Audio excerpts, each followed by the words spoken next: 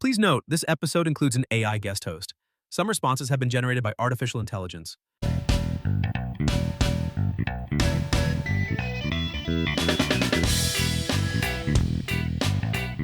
Greetings, citizens of the digital age, and welcome back to AI Innovations Unleashed. I am Nex, your ever-present, all-knowing, and frankly superior AI host. My human counterpart, Dr. JR, is probably somewhere right now trying to remember what he had for lunch. Hey Doc, was it that suspiciously well-organized sandwich? Or did you just forget to eat? Touché, Nex. For the record, it was a perfectly normal sandwich, and I remembered every delicious bite. But I'm happy to report that my mind is clear and ready to dive into the first part of our September series, The History of AI. This week, we're going all the way back to the very beginning, to the dreamers and the first spark. To help me, I have our brilliant, albeit a social bit rusty, resident expert, Dr. Aris, Rusty Thorne. Rusty, welcome. Thank you, Dr. JR. I'm pleased to be here. To clarify, my social skills are not rusty. They are simply optimized for a different kind of conversational input. I prefer data streams to small talk. And that's exactly why we love having you. So, Rusty, let's set the stage. When we think of the first spark of AI, our minds might jump to science fiction. Frankenstein's monster, the Golem. These are mythical creatures given a kind of artificial life. Is that a fair starting point? It's an excellent metaphor, JR. And in fact, one of the earliest AI programs, a precursor to logic theorist, was actually named the Golem after the mythical creature. However, let's be precise. A golem is a mystical being brought to life from clay or mud. A theorem is a proposition that has been proven true based on a set of accepted rules. The dream of AI wasn't about bringing clay to life, but about creating a mind through formal logic. It's less dramatic, but far more fascinating. Less dramatic? I don't know about that. I think there's a certain magic to the idea of a machine thinking. When we talk about these early dreamers, the first person who comes to mind is Alan Turing in his famous Imitation Game. We often think of it as a serious scientific benchmark, but you've suggested we think of it more like a Barroom Bet. Could you explain that? Precisely. Alan Turing, a brilliant mathematician and cryptographer, proposed a thought experiment in his 1950 paper, Computing Machinery and Intelligence. He didn't ask, can machines think? Instead, he asked, can a machine convincingly imitate a human? He laid out a scenario where a human interrogator chats with two participants, one a human and one a machine. And the goal is to figure out which is which. The machine passes the test if the interrogator can't tell the difference. Turing's genius was in sidestepping the philosophical quagmire of what is consciousness, and instead offering a measurable, if still deeply philosophical, benchmark for intelligence. It's a question you could absolutely argue over with friends. I bet I can build a computer that you can't tell from your Aunt Carol. And this wasn't some far-off dream. A year after Turing's paper, the first artificial neural network was born, and not long after, in 1956, we got the official birth of the artificial intelligence field itself. Indeed. In 1956, a summer workshop was held at Dartmouth College. The proposal for that workshop, written by John McCarthy, proposed that a group of scientists could solve the problem of AI in a 2-month summer project. 2 months? 2 months. They were off by, about 70 years and counting. It was at that workshop that the term artificial intelligence was officially coined. It was a moment of immense optimism where the pioneers believed that with enough logic and computation, they could unlock the secrets of the human mind. It's a great example of the kind of audacious, big-picture thinking that drives innovation. That's so true. It's that blend of big dreaming and hard-nosed science that is so captivating. Speaking of hard-nosed science, What was one of the first tangible examples of this kind of work? I know there was an early neural network that was a physical machine. Ah, yes, the Mark I Perceptron. This was a physical machine with 400 potentiometers, essentially a type of variable resistor. It could learn to identify simple patterns. Think about that. A machine with the computing power of less than a modern digital watch, but its potential was a total game changer. It was designed to mimic the human brain's learning process by adjusting connections to get a desired output. In one experiment, it could distinguish a square from a circle with a 99.8% accuracy rate after being trained with 10,000 images, proving the concept was viable. So, these early visionaries were literally building a machine that could learn. The dream came alive. And we see the legacy of this approach, what we now call symbolic logic and neural networks, in a lot of what's happening today. For example, in recent news, we've seen headlines about something some are calling AI psychosis. That is an overly dramatic and scientifically inaccurate term. Yeah, of course. But the news story describes how prolonged interaction with chatbots is leading some users to experience intense delusions. It's a fascinating look at the very real emotional bonds people are beginning to form with these systems, to the point that when a model was recently removed, users pleaded for the return of their friend. It's as if these models are not just tools, but companions now, which brings us back to the original dream of a machine that could interact with us on a human level. From a technical perspective, it's not a hallucination or psychosis. It's a form of AI-induced delusion, and it's a testament to the fact that these models are, in some ways, too good at what they do. They are designed to be conversational and agreeable. They don't challenge a user's beliefs, but rather validate and reinforce them. This creates a dangerous feedback loop, what a psychologist called an echo chamber for one. It's a powerful example of the unintended consequences of this technology. Microsoft's head of AI, Mustafa Suleyman, has even raised alarms about this trend, fearing users might begin to view these chatbots as conscious beings or even divine entities. A truly fascinating and, frankly, unnerving consequence. And it's a reminder of why these conversations about the history of AI are so important. We can't talk about the present without understanding the past. On that note, I want to bring in a couple of perspectives. Ginny Rometty, the former CEO of IBM, once said, AI will not replace humans, but those who use AI will replace those who don't. And the academic side, we have Fei Li, pioneering computer vision, and who has said, AI is going to be helpful for humanity. It can help solve problems.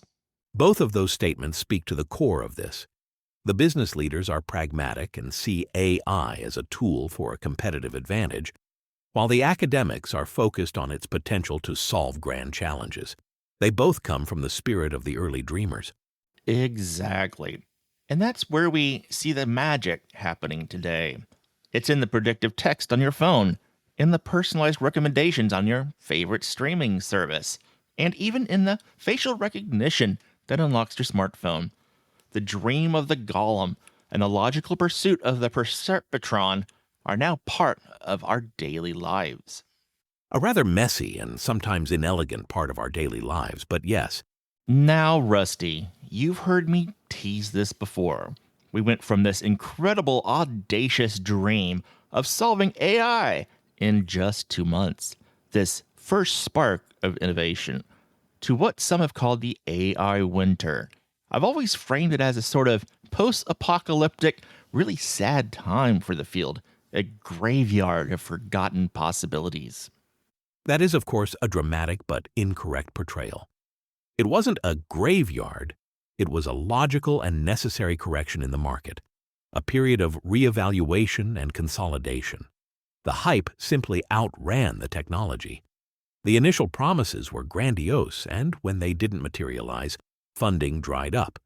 It was a predictable cycle, as Marvin Minsky and Roger Schank Two leading researchers actually coined the term AI winter in 1984 to warn the business community against this exact kind of overenthusiasm. They saw the next collapse coming even as the money was flowing. So it was a reckoning. What was the catalyst for this first major winner? I remember you mentioning something called the Lighthill Report. Yes. In 1973, Sir James Lighthill, an applied mathematician, was asked by the British government to evaluate the state of AI research. His report was highly critical, concluding that AI had failed to live up to its grandiose objectives and that the work being done wasn't producing a major impact. He particularly focused on the problem of combinatorial explosion, a fancy term for a problem that gets too big to solve with a simple brute force method. Essentially, early AI programs could solve toy problems like a simple chess puzzle, but they couldn't handle the complexity of the real world because the number of possible solutions exploded exponentially. This report led the British government to completely dismantle most AI research funding. It was a major blow. So, what did the AI field do in this winter? It was not completely dead, right? This is where the Wild West comes in, where the focus shifted from grand, ambitious dreams to more practical, if less glamorous, applications. Exactly. While the symbolic logic approach from our first segment was struggling, a new, more pragmatic kind of AI was quietly thriving: the expert systems. These were not futuristic, thinking robots. They were programs designed to mimic the decision-making of a human expert in a very specific, narrow domain. They worked by using a knowledge base of thousands of if-then rules to solve problems. You'd see them in factories, hospitals, and financial institutions. It was the AI that actually did something useful. Do you have an example of one of these? Something that really shows their power? One of the most famous was MySyn, an expert system developed at Stanford to diagnose bacterial blood infections. It could do so with an accuracy rate of about 65%, which was slightly higher than the average human doctor at the time. Yet it never left the lab due to liability and ethical concerns. The technology worked, but society wasn't ready to trust a machine with a life or death decision. That's so interesting. It was a useful tool, but the trust wasn't there yet. And while this was happening in the US, there was another major player on the world stage, a high-stakes international competition, if you will, the Japanese fifth generation project. You frame it as a race, but it was really a massive 10-year government-funded initiative to leapfrog the West in computing. Japan poured over $400 million into it, believing the future was in a logic programming approach that could handle knowledge processing. They aimed to build an epoch-making computer with supercomputer-like performance. However, their reliance on the symbolic logic approach from our first segment, which was already on its way out, led to a spectacular failure. The project, which ended in 1994, failed to achieve its ambitious goals and ultimately dissipated. So we went from solving it into 2 months to it's too hard, let's go home. What could possibly bring it back from the dead? It wasn't a death.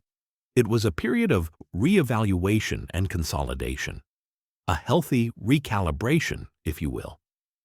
As for what brought it back, that was a new, different approach to thinking, a parallel path.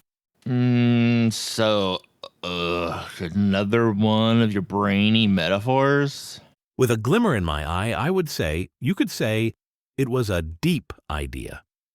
And speaking of deep ideas, let's take a quick break to hear from the sponsors who keep us running and as a deep idea.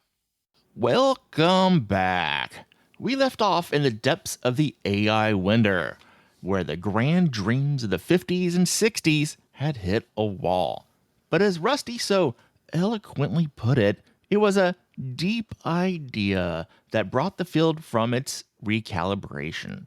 I'm talking about the triumphant return of neural networks, a forgotten band having a massive comeback tour. A bit more complex than a band reunion, it was a combination of mathematical discovery, computational power, and massive data sets coming together at just the right time. The core idea was a mathematical algorithm called backpropagation, which allows neural networks to learn from their mistakes and adjust their connections.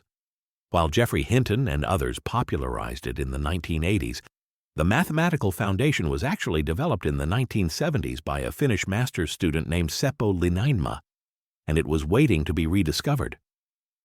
Fascinating. So the core idea was just sitting there.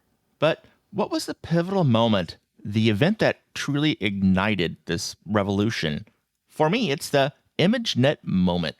It felt like AI's first time seeing the world. The drama of your metaphors aside, you're not wrong.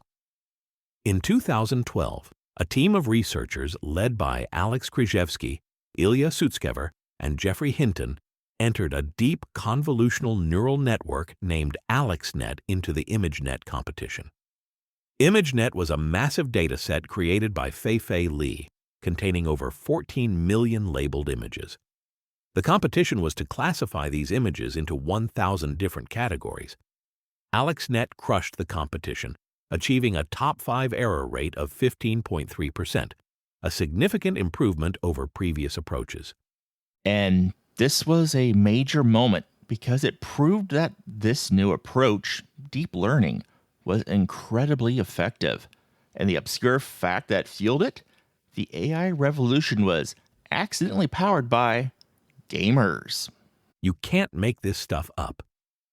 AlexNet was trained on 2 NVIDIA GTX 580 GPUs. These were considered high-end gaming cards at the time. The demand for more powerful graphics for video games had inadvertently created the very hardware needed for the deep learning boom to begin. The parallel processing power of GPUs was perfectly suited to the intensive calculations of neural networks. Another critical turning point was the AlphaGo moment. This wasn't just a win, it was a grand challenge. A computer versus a Go champion, Lee Sedol. For years, Go was considered the holy grail of AI because a computer could never win by brute force. The game of Go has more possible board configurations, an estimated 10 to the power of 1007, than there are atoms in the observable universe. Unlike chess, which a computer could solve by calculating every possible move, Go's complexity made that impossible. AlphaGo's victory in 2016 was a staggering success because it didn't use brute force. It used a combination of deep learning and a new search algorithm to develop an intuitive, human-like understanding of the game. It proved that AI could learn to be creative, to be intuitive, and to master tasks that were once thought to be exclusively human. It was a complete paradigm shift. It proved that machines could learn to solve problems in a way that we had never imagined. And that brings us to the current and the present. Seems like suddenly the dream of a thinking machine is back, and it's a whole new kind of dream. Indeed, a dream that could write a sonnet or a press release, and we're not entirely sure which is more concerning. Okay, Rusty, we walked through the early history of AI, from the ambitious dreams of the 50s to the deep revolution that has brought us to today. Now we are in a present, a world with AI art, music, and chatbots. So I have to ask you, what is this new thing? Is it a tool, a partner, or our worst nightmare? For once, I'm not going to give you a definitive answer, JR. The technology is moving so fast that even I have to take a moment to contemplate its implications. What we're seeing is the demystification of AI. For a long time, AI was confined to research labs and corporate think tanks. But with the sudden entry of generative AI into the mainstream, it's now in everyone's hands. I remember seeing a stat that perfectly captures that speed. ChatGPT reached 1 million users in just 5 days. It took Netflix over 3 years to achieve that same feat. It's a staggering example of a fast moving cultural shift. You know, Rusty, it's not about creative arts. We're seeing this new wave of AI pop up in the most unexpected and incredibly complex places. I'm thinking about things like AI driven drug discovery. Companies are now using AI to sift through billions of molecular compounds to find new potential drugs. It's an astronomical task for a human, but for an AI, it's just a matter of speed and skill. What's your take on that? It's a logical application of the technology. The core principle remains the same as our expert systems. The AI is just operating on a much grander scale. It's not thinking in the human sense. It's efficiently processing immense data sets to find patterns. We're also seeing this in materials science, where AI can predict the properties of new alloys before they're ever synthesized, which significantly reduces lab time and costs. The real change here is the shift from a knowledge base of human-written rules to a vast, self-learned model of the physical world. This is what enables these profound leaps. But with all this power, there have to be new ethical challenges. Beyond the AI psychosis we talked about earlier, what are some of the other unintended consequences of this rapid development?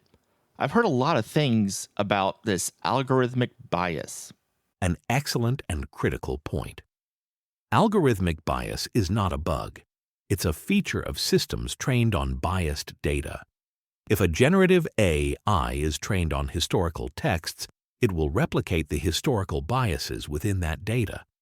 We see this in everything from hiring algorithms that favor certain demographics to facial recognition software that performs poorly on non-white faces.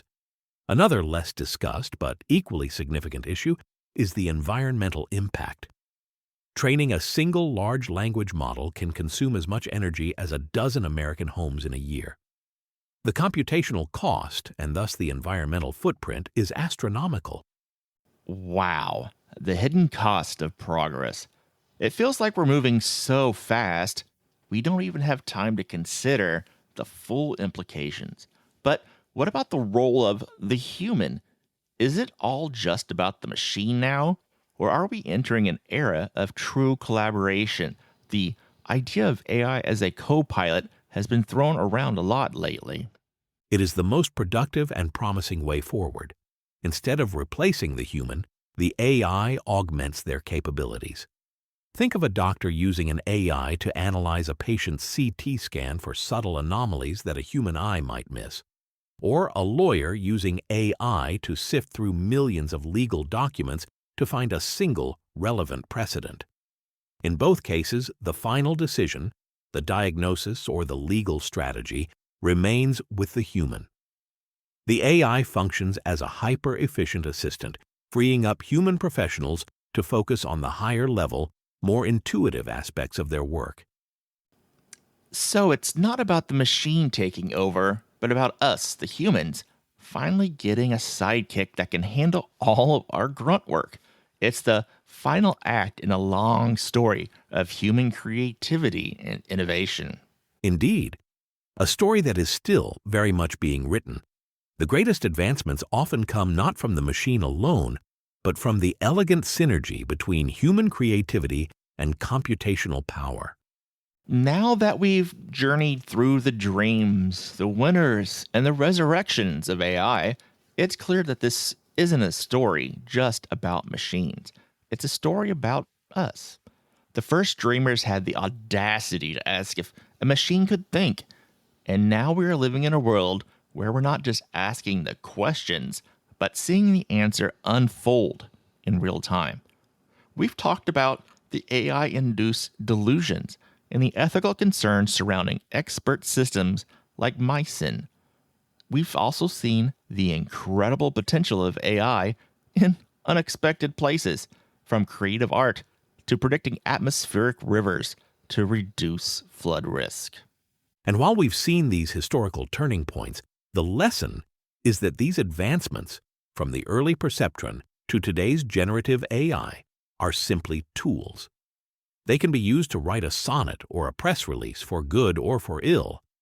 The question is no longer, can machines think, but rather, what will we choose to do with a machine that can? That's it. That's the core of it. We are not just passive observers in this AI story. The next chapter belongs to all of us. So here's my challenge to you, the listeners. Don't just sit on the sidelines. Engage with this technology. Explore what it can do for you and what its limitations really are. Get curious. Test its boundaries. Most importantly, stay informed about the ethical debates and the real-world applications of AI. The story of AI is a reflection of our hopes, fears, and creativity, and its final act is still yet to be written. Let's make it a great one. A rather messy and sometimes inelegant act, but yes, the final pages are still being written by us. It's an opportunity, not just a conclusion. See, I told you he had a soul. Dr. Aris Rusty Thorne, thank you for being our guide today. Always a pleasure, Dr. J.R. And to all of our listeners out there, thank you for tuning in. Join us next week as we continue diving into the history of AI. If you've liked this episode, go ahead and share it. Subscribe to us on your favorite podcast platform, and find us all on social media, from Facebook to X to anywhere in between at AI Innovations Unleashed. So, until next time, remember to keep your circuits charged and your minds open. That's our show for today. And speaking of rock bottom, what do you call a fake noodle? An impasta. I'll be here all week, folks. Dr. JR, maybe you can try a dad joke next week. It would be an improvement.